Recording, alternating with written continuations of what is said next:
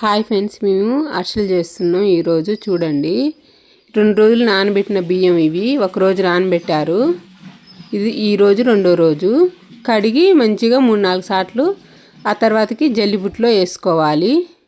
బియ్యాన్ని జల్లిబుట్లో వేసిన తర్వాత ఎక్కువసేపు వాటర్ మొత్తం కారిపోవాలి.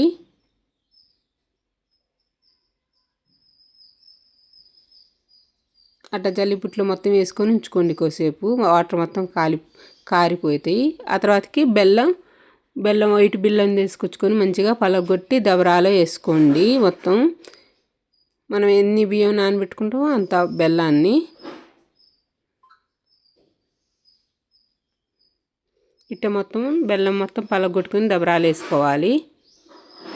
ఆ తర్వాతకి కొబ్బరి మిక్సీ పట్టుకుంటానికి కొబ్బరి పౌడర్ కోసమని కొబ్బరి కట్ చేసుకోండి. సరిపోయినంత కొబ్బరి కట్ చేసుకొని పెట్టుకోండి. మిక్సీ పట్టేసుకుండా దాన్ని కొబ్బరి పౌడర్ చేసుకోండి. దబరా పెట్టేసి పాకాని కోసమని కలపండి. కొన్ని వాటర్ పోసి బెల్లంలో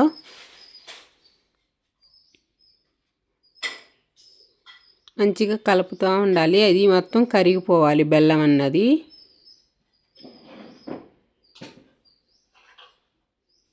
అంతలోకి ఇలాచి రోట్లో వేసి చిన్న రోల్లో వేసి మంచిగా దంచుకొని పక్కన పెట్టేసుకోండి. ఇలాచి అని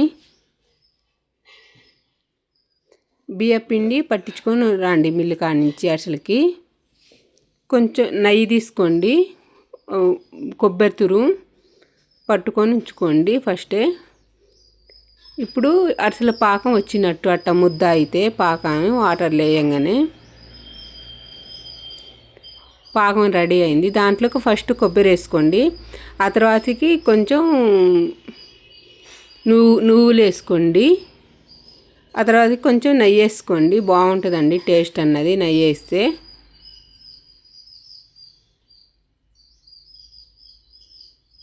ఆ తర్వాత కొంచెం ఇలాచి దంచింది కూడా వేసుకోండి దాంట్లోకి. మొత్తం కొంచెం పిండి వేసి కలుపుకోవాలి.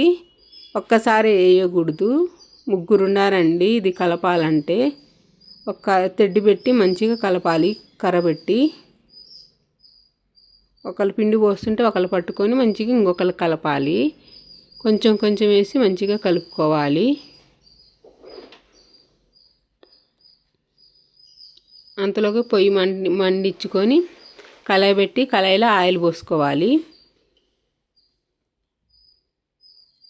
ఇట్లా తిప్పుకొని మంచిగా ఉంచుకోవాలి. కొంచెం ప్లేట్లోకి తీసుకొని దాన్ని ముద్దలు చేసుకొని అప్పలు చేసుకోవాలి.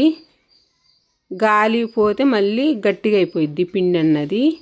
అప్పలు చేయడానికి రాదు. ఇక ఇలాగ చేసుకొని పేపర్ తీసుకోవాలి. ఒకటి కవర్ మీద చేసుకోవాలి. కొంచెం ఆయిల్ పెట్టేసి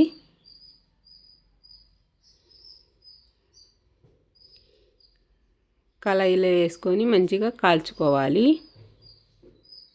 తీసి చుంచాను ఒక లోట పెట్టుకొని మంచిగా ఆయిల్ పోయేటట్టు మంచిగా ఒత్తుకోవాలి. ఒత్తి దబరాలు వేసుకోవాలి.